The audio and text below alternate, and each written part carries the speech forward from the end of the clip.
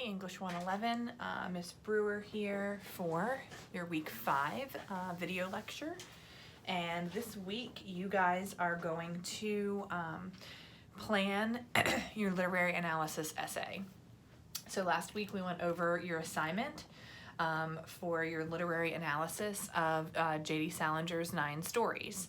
And just kind of a quick reminder for you that you are, for this assignment, to analyze a particular literary element, and you need to find a theme or some sort of characterization or motif or idea that you can analyze in 2 or more of the short stories in 9 stories.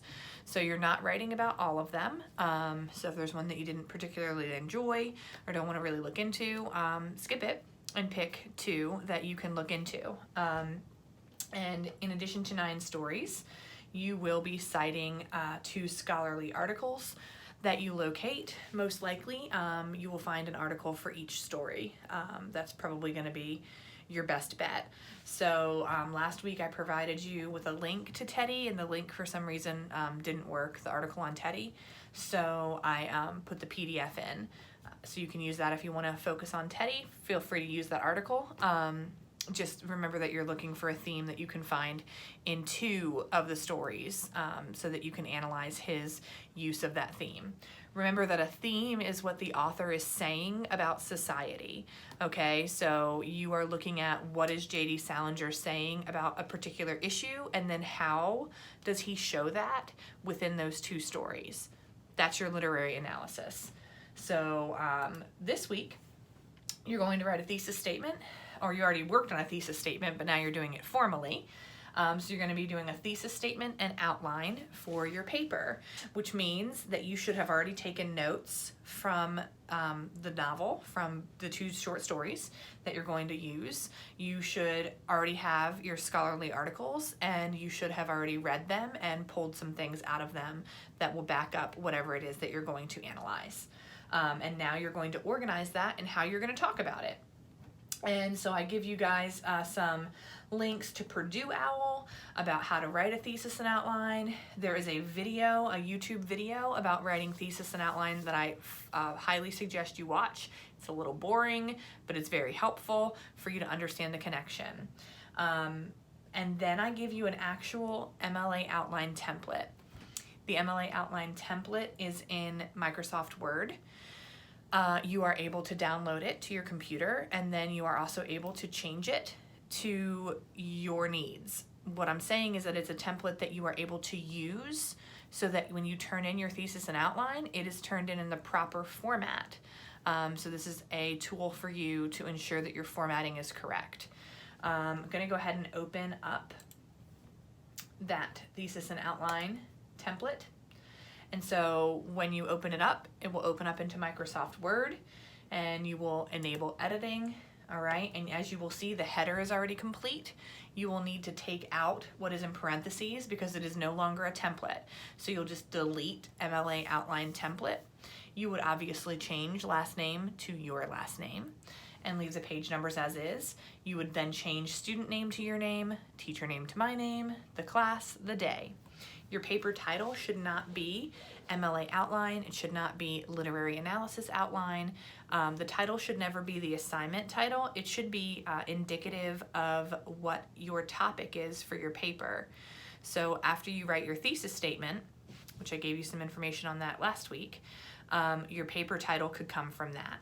So if I'm talking about the theme of the impact of war, then I might say, the impact of war on the psyche in Salinger's 9 stories, and that's a title, okay?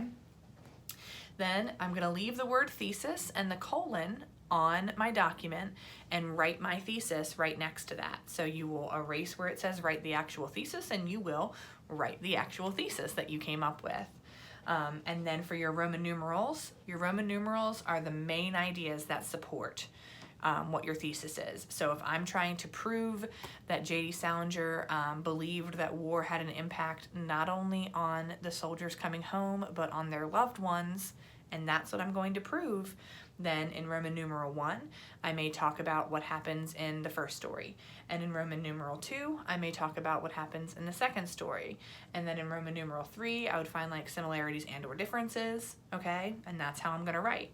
My A and my B will be proof, okay? So if I give an example, then I'm gonna prove that example with specific quotes from the text. My 1s and 2s are extra details that back that up. So if I have an example of a quote that happens from the text, my 1s and 2s would be maybe information from a scholarly article that provides additional analysis on that situation. You need to make sure that you're writing for this paper. There should be 2 to 3 Roman numerals. So make sure you fill out at least 2, but you should probably shoot for 3. And one really important rule to outlining in MLA format is if you have a number 1, you must have a number 2. If you have an A, you must have a B. And that's the rule for outlining, meaning you can't just have an A and 1, 2, and then get to the next Roman numeral. If you have an A, you have to have a B. If you have a 1, you have to have a 2. And that's kind of the rule for MLA outlining. Now, can you have a 3 without a 4? Sure. The purpose is so that there's not just one detail. You have to have at least 2 details to fully back up your claim, and that's kind of why. So you're going to be turning in your formal thesis and outline this week on Sunday night in a Word document. If it's not a Word document, I won't grade it. It'll be a 0, so don't do that. And then you're also going to go ahead and just do your journal attendance assignment, which is also due Sunday night. So you have 2 assignments due Sunday night: the formal thesis and outline, and of course the journal. Now, throughout this week, if you want to email me your thesis and get feedback, please do. I'll be happy to give it to you and help you to get to where you need to be. But you should not be trying to derive a thesis statement without having read, taken notes from the book, and read and taken notes from your scholarly articles. Because in order to be able to formulate your opinion, you have to have done the work ahead of time. So the reading and the note-taking should have already happened, and now you're going to plan out how you're going to analyze those stories. If you guys have any questions, you know that you can always email me.